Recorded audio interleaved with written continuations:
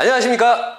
한국사한쌤 한경준입니다. 지금 이 시간부터는요, 저와 함께 22회 한국사 능력검정시험 기출문제 근현대사 부분을 함께 풀어보도록 하겠습니다. 수험생 여러분들께서는 한국 근현대사를 상당히 좀 어려워하는 경향이 있습니다.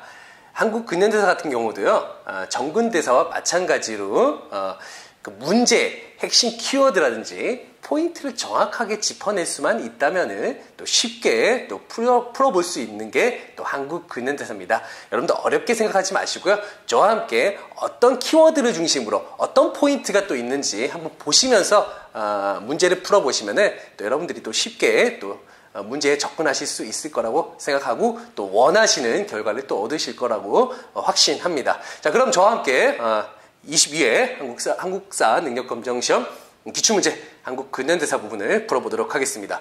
자, 31번부터 한번 풀어보겠습니다. 31번.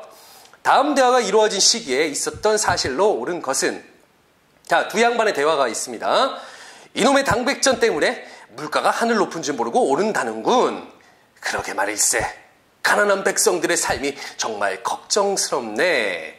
자, 양반들이 현 상황을 상당히 개탄스러워하면서 대화를 나누고 있죠. 자, 여기서 여러분들 핵심 키워드를 한번 찾아내셔야 됩니다. 무슨 키워드가 있을까요? 이게 바로 당백전이란 겁니다. 이 당백전이 어떠한 화폐냐, 그것만 여러분들이 아신다면 또 쉽게 문제를 풀어보실 수가 있습니다.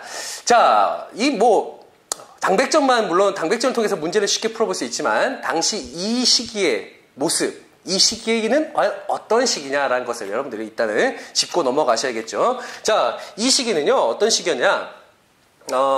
바로, 흥선대원군의 집권 시기라고 보시면 되겠습니다. 흥선대원군요. 예. 흥선대원군의, 집권 시기였다.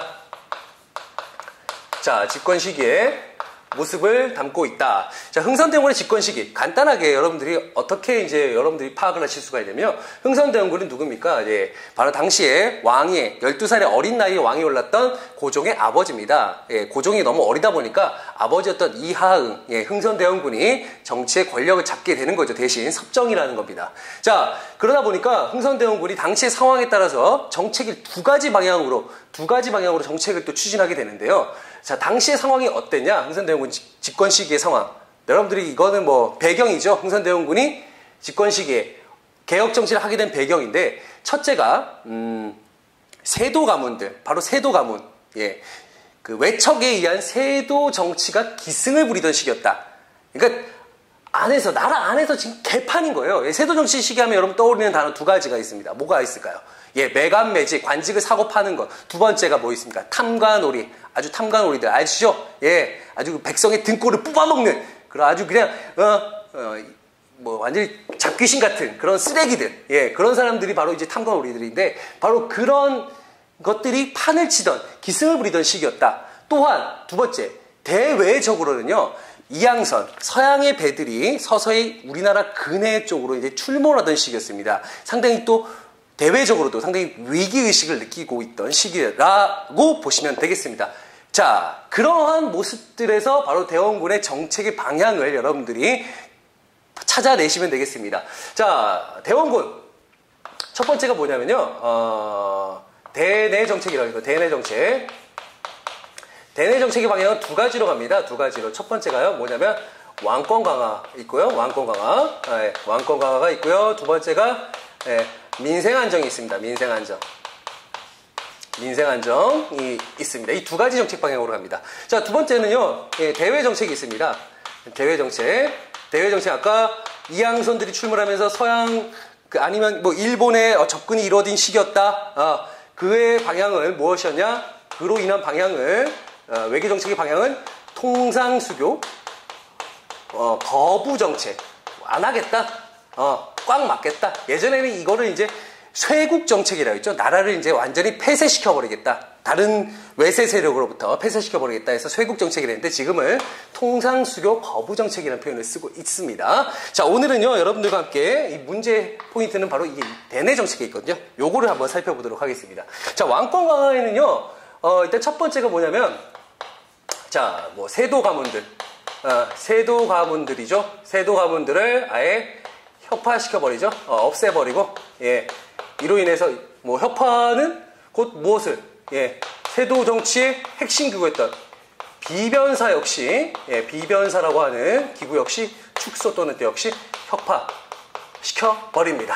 자, 이로 인해서 세도 가문들을 완전히 이제 정계에서 쫓아내고요. 누구를? 네, 인재들, 뭐 남인이라든지 아니면 그런 그 종가들, 요런 종가들을 이렇게 또 이게 정치에 또 끌어들이는 그런 모습으로 간다. 두 번째는요. 두 번째는 또 뭐 있냐면 서원철폐. 예, 서원을 철폐합니다. 붕당에 근거지면서 국가 재정을 갉아먹었던 당시 서원, 국가에서 허락한 사액서원 47개만 남기고 다 모조리 다 없애버립니다. 자, 이로 인해서 양반들의 반발을 사고요. 또한 반발을 샀지만 국가 재정은 어느 정도 확충이 되고 백성들의 호응을 또 얻어냈다라는 점에서 상당히 또 또 중요한 정책이라고 보시면 되겠습니다. 또 하나가 있다면은 바로 오늘의 문제와 관련된 겁니다. 뭐냐? 경복궁 중건이에요. 경복궁 중건. 예. 경복궁 중건이다. 경복궁을 다시 세우죠. 경복궁을. 자, 경복궁은 언제? 예, 임진왜란 때 불타 없어집니다. 없어지고는 그동안 왕들은 이궁이었던 창덕궁이나 창경궁에서 주로 머물렀었거든요. 하지만 왕실의 위엄을 되살린다는 의미로서 경복궁을 중건하게 됩니다. 자, 경복궁을 중건하려면 국가적인 건설 사업입니다. 국가적인 건설 사업에 어떻게? 돈이 들어가야 될 거 아니에요, 돈. 예. 근데 국가가 지금 세도 정치시기 때 이미 돈이, 나라 재정이 파탄이 났어. 어떻게 해야 됩니까? 네. 국가에서 돈을 만들어내야겠죠. 예, 만들어내기 위해서 뭘 발행합니까? 당백전이라는 걸 발행합니다. 당백전. 100배 가치의 돈을 발행합니다. 실질적 가치는 5배 정도라고 했었죠. 예, 합니다. 당백전이라는 걸 발행합니다. 자, 여러분들, 당백전에 대해서 여러분들 발행했다니까, 뭐, 100배? 뭐지? 뭐, 이렇게 생각하시는 분들이 있는데, 간단하게 설명드리면요. 여러분들 5만원권 화폐가 나왔습니다. 최근에 뭐 10만원권 화폐도 나와야 된다라고 하는데, 아직까지 반대하고 있죠. 왜 반대할까요? 자, 10만원권짜리 화폐가 만들어지게 된다면은, 만원짜리 화폐 가치는 지금보다 어떨까요? 더 값어치가 떨어지겠죠. 여러분들 가끔씩 뭐 지금도 아직도 뭐 세뱃돈을 받으신 분들이 있는지 모르겠지만 뭐 할머니가 5만원 줬는데 뭐 삼촌이 만원 줬다 그러면 만원 애게 딸랑 만원? 예, 이러죠. 예, 그런 거 마찬가지입니다. 화폐 가치가 떨어지는 거예요. 이런 걸 막 발행하고 국가에서 막 쏟아내면은 화폐 가치는 떨어지고 물가의 가치는 또 올라가게 되죠. 이게 뭡니까? 인플레 현상이 발생하는 거예요. 바로 이게 당백전 발행과 관련돼 있다. 두 번째, 뭐냐면 원납전 징수 같은 거 있죠. 원납전. 예, 원납전을 징수합니다. 원하는 만큼 원하는 만큼 내라 이거죠. 하지만 거의 강제 징수나 다름없었다.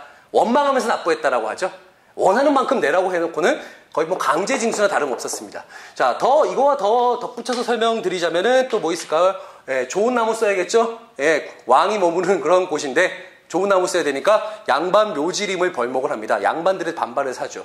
또 이 대규모 공사다 보니까 또 많은 일꾼들이 필요해요. 그걸 누구한테? 백성들을 강제로 동원합니다. 강제로 동원해서 또 역시 경복궁 타령이라 그래가지고 또 백성들의 경복 타령에서 볼 수 있듯이 백성들의 또 원망을 샀던 게 바로 이 경복궁 중건입니다.